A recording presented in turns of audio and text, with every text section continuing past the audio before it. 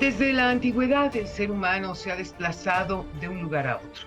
Algunas personas lo hacen en busca de nuevas oportunidades económicas o por factores ambientales o de violencia, pero otros lo hacen justamente para escapar de conflictos, persecuciones, terrorismo o abusos de los derechos humanos. En la actualidad, el número de personas que viven en un país distinto de su país natal es mayor que nunca. Según la Organización Internacional para las Migraciones, el número de migrantes internacionales en el 2022 alcanzó casi los 272 millones en todo el mundo. Sí, escuchó usted bien, 272 millones de migrantes. Pero para saber qué tipo de migración existe, por qué se da, pero sobre todo cuáles son sus consecuencias y cuál es el problema de la migración en México, esta noche me acompaña Raúl Benítez. Él es investigador del Centro de Investigaciones sobre América del Norte de la Universidad Nacional Autónoma de México. Quédese con nosotros esta noche, les aseguro que el programa va a estar muy bueno. Esto es Frente a Frente, periodismo con responsabilidad. Comenzamos.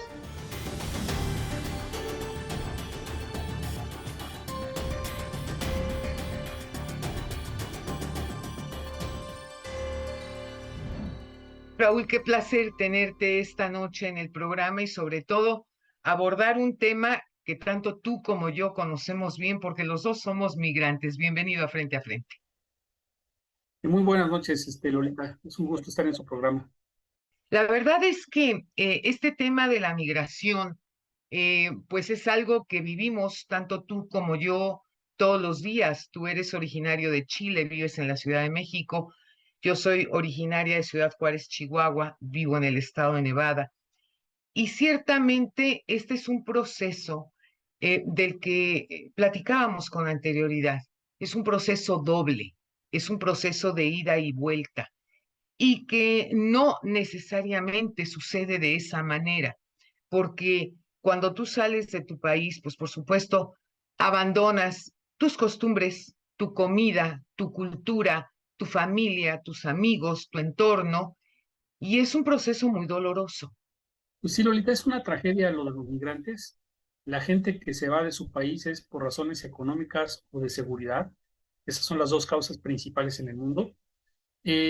Las migraciones de sudamericanos hacia Estados Unidos, pasando por México, la gran mayoría de ellas, son básicamente por temas económicos, pero de Centroamérica y de algunos países como Colombia, la seguridad también está contando mucho como razón de autoexpulsarse y de Claro. buscar migrar hacia Estados Unidos. Y se van quedando en el camino, muchos de ellos logran llegar, pero es un problema de asimilación de sociedades. México los asimila más fácilmente porque no hay una diferencia lingüística de idioma ni racial ni no racial. Entonces se pueden perder en el imaginario popular mexicano, en los barrios, etcétera, y pueden hacer trabajos como si fueran mexicanos, trabajos sobre todo sencillos. Pero cuando llegan a Estados Unidos no hablan el idioma y ahí hay un rechazo a los migrantes de un sector de la sociedad estadounidense, otro sector sí es comprensivo, y entonces se van al estrato más abajo de la sociedad de Estados Unidos y compiten entre ellos y compiten con sectores étnico-raciales como los afroamericanos y otras comunidades, ¿no? Entonces ya es una lucha de migrante contra migrante, además de que está luchando contra el racismo y aquellos que los quieren excluir y que no los quieren incorporar, por ejemplo, aquellos grupos que no quieren que estén en las escuelas, que no les quieren dar la licencia de conducir, que no les quieren dar el seguro social, que son grupos pues, de extrema derecha y es un poco el pensamiento conservador de los que siguen a unos sectores del Partido Republicano, ¿no?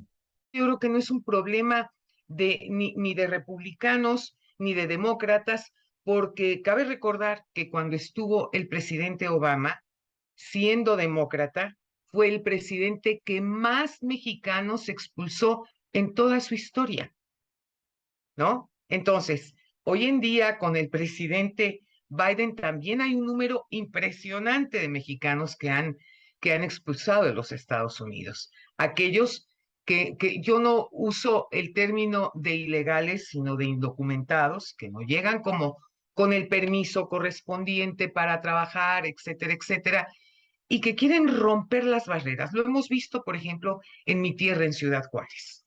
Hemos sido incluso testigos presenciales, que llegan cualquier cantidad de venezolanos y que entonces se quieren enfrentar con la guardia fronteriza para reventar ese puente y cruzar porque así lo quieren ellos y háganle como quieran. No, así no es. Sí, este fenómeno es muy fuerte en Estados Unidos, pero hay que tener en cuenta que es gente que es expulsada de las realidades de sus países, son gente de muy bajos ingresos, de bajos Claro, niveles de estudio, desempleados, y algunos son expulsados por la realidad sociopolítica que es tremenda, pero dado que no tienen muchas opciones, pues van tratando de huir como pueden y el paso por México pues caen en manos criminales y luego ubican en albergues del Instituto Nacional de Migración y suceden tragedias como la que pasó en Ciudad Juárez, claro, precisamente hace claro. 15 días, los 40 muertos de Ciudad Juárez. Y entonces todo esto hace una fenomenología social pues muy de muy difícil manejo y los gobiernos tienen que tener pues las dos manos, la mano de seres humanos y tratamiento de seres humanos como lo dicen las convenciones internacionales, pero Claro, también la mano pues, de la realidad del país que tiene que hacer cumplir sus leyes y que tiene que tomar medidas de seguridad y a veces el equilibrio entre esas dos posturas es muy difícil de lograr, tanto para un gobierno como para los propios migrantes. Cumplir la ley muchas veces significa entregarse a las autoridades y los pueden tratar muy mal, como ser encerrados y luego pues morir en una cárcel, ¿no? Entonces tratan de evadir eso. Y cuando cruzan a Estados Unidos, pues se enfrentan con las mismas realidades, ¿no? Más aún, el presidente Biden decretó el fin de la pandemia y por lo tanto, entonces, ellos podrían pedir asilo, pero bueno, para pedir asilo necesitan estar en una lista que a veces tarda 6 meses, un año, y entonces se ubican en las ciudades de la frontera con México y se genera un tremendo problema social. Viven en parques, viven en las calles, y eso pues ya está empezando a tener rechazo de las comunidades donde están ubicados y se vuelve todo un problema social, político, de seguridad, migratorio, de derechos humanos y pasan estas tragedias que suceden y que no es la única, sino que esta ha sido la más escandalosa, pero no es la única tragedia, ¿no? en el caso de los Estados Unidos, qué importante es poderle decir a nuestros paisanos, en la medida de lo posible, por favor, traten de llevar sus documentos, traten de hacer todo lo posible para que no los vayan a sacar del país, porque ese es el riesgo. Muchos de ellos están ya ubicados, ya tienen incluso hijos norteamericanos, pero siguen viviendo sin los documentos correspondientes y entonces se están exponiendo a que los corran. Los mexicanos van documentados a la mexicana, o sea, con su tarjeta del INE, y la Secretaría de Relaciones Exteriores en general tiene una red bastante bien organizada de consulados que les dan la tarjeta migratoria, y en algunos estados como California sí les funciona, pero no viajan con el pasaporte porque su objetivo no es cruzar legalmente, porque no van a ir a pedir la visa a ningún consulado de Estados Unidos, entre otras razones porque no se las van a dar, porque piden cuentas de banco, que tengas trabajo, etcétera. Y los migrantes, pues en la migración irregular que se da, pues van por desesperación, sobre todo los mexicanos, 90% es por migración económica, aunque empieza a haber migrantes por seguridad, Desde por luego, los problemas de narcotráfico que hay en zonas rurales del país y todo esto. Pero lo principal es la cuestión económica y de unificación familiar, pero entonces, pues sí llegan con el INE, pero no llegan con el pasaporte y mucho menos con la visa.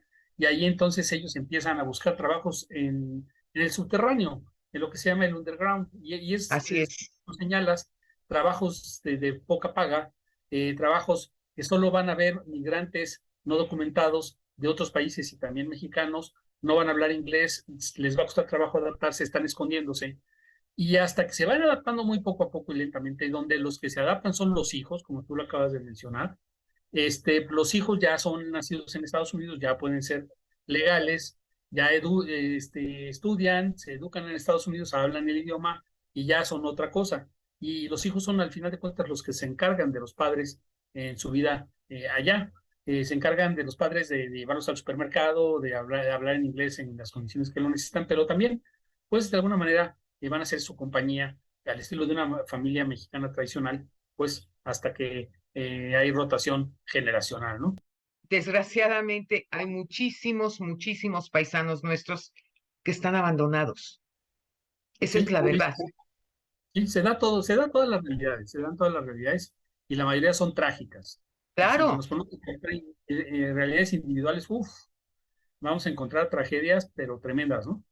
Pero bueno, así es el mundo y así están en África, así están en Europa, así están en Turquía los sirios, así sucede en Asia. En África hay unas migraciones increíbles y ya la hambruna es mucho peor que en América Latina. sí, Entonces, pues en todos lados estas tragedias están permeando. Estaba yo leyendo unos análisis de Italia que temen los italianos que haya una reconversión étnica generacional.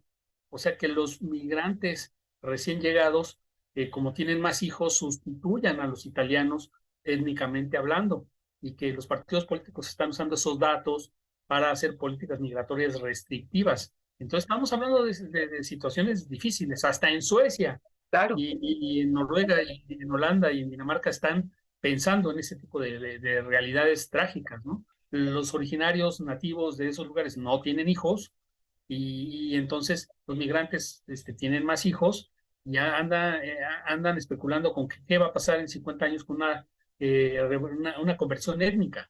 Aquí la cuestión finalmente es, mira, eh, tú tocaste un tema muy importante del trato, el trato a los migrantes.